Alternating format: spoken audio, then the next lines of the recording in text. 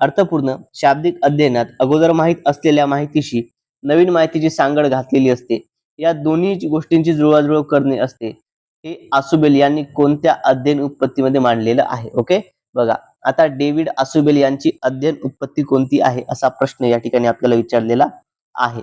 Okay, बघा या ठिकाणी विद्यार्थी मित्रो, डेव्हिड आसुबेल यांची कोणती उत्पत्ती आहे बरं? आसुबेल यांची तर सर्व उत्पत्त्या आपण या ठिकाणी बघितल्या होत्या. इतर उत्पत्त्या देखील आपण अभ्यासलेल्या आहेत विद्यार्थी मित्रो. बघा कोणती असणार आहे? अध्ययन अनुदेश उत्पत्ती, क्षेत्रीय उत्पत्ती, प्रभुत्व संपादन उत्पत्ती की सामाजिक अध्ययन उत्पत्ती. ओके, तर कोणती आहे विद्यार्थी मित्रो? विद्यार्थी मित्रो आपल्याला या ठिकाणी डेव्हिड आसुबेल म्हटलेलं आहे. ओके, आसुबेल यांची आहे अध्ययन व अनुदेश उत्पत्ती. ऑप्शन नंबर 1 या प्रश्नाचं योग्य असं उत्तर आहे. ओके, बघा अध्ययन व अनुदेश उत्पत्ती कोणाची येते? तर ही आसुबेल यांची आहे.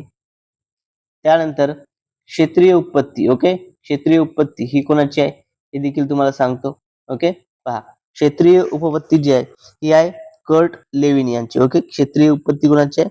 कर्ट लेविन यांची. कर्ट लेविन यांची क्षेत्रीय उत्पत्ती आहे.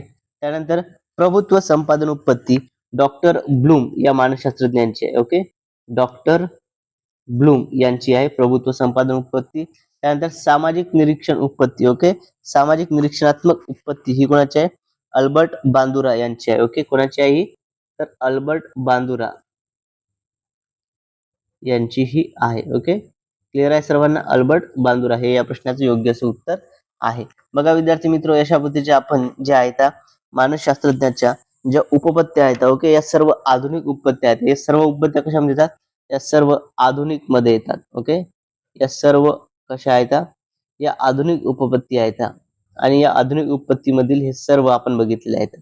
आता आपल्याला या पेपरमध्ये काय कोणतं विचारलंय? आसुबेल यांचं विचार. जर आपल्याला ब्लूम बद्दल विचारतं ती माहिती असणं गरजेचं आहे. अल्बर्ट बांदुरांची कोणती हे देखील माहिती असणं गरजेचं आहे. कर्ट लेविन यांची कोणती हे देखील माहिती असणं. त्यामुळे कुठल्याही पद्धतीने जरी तुम्हाला प्रश्न आला तर त्या ठिकाणी तुमचा तो प्रश्न चुकणार नाही या दृष्टिकोनातून आपण सविस्तर स्पष्टीकरण जे आहे या ठिकाणी घेत आहोत. म्हणजेच तुम्हाला सर्व प्रश्न या ठिकाणी व्यवस्थित टॅकल करता येईल. याकरता तुम्ही काय करायचं आहे तर आपल्या चॅनलला तुम्ही सबस्क्राईब करायचं आहे विद्यार्थी.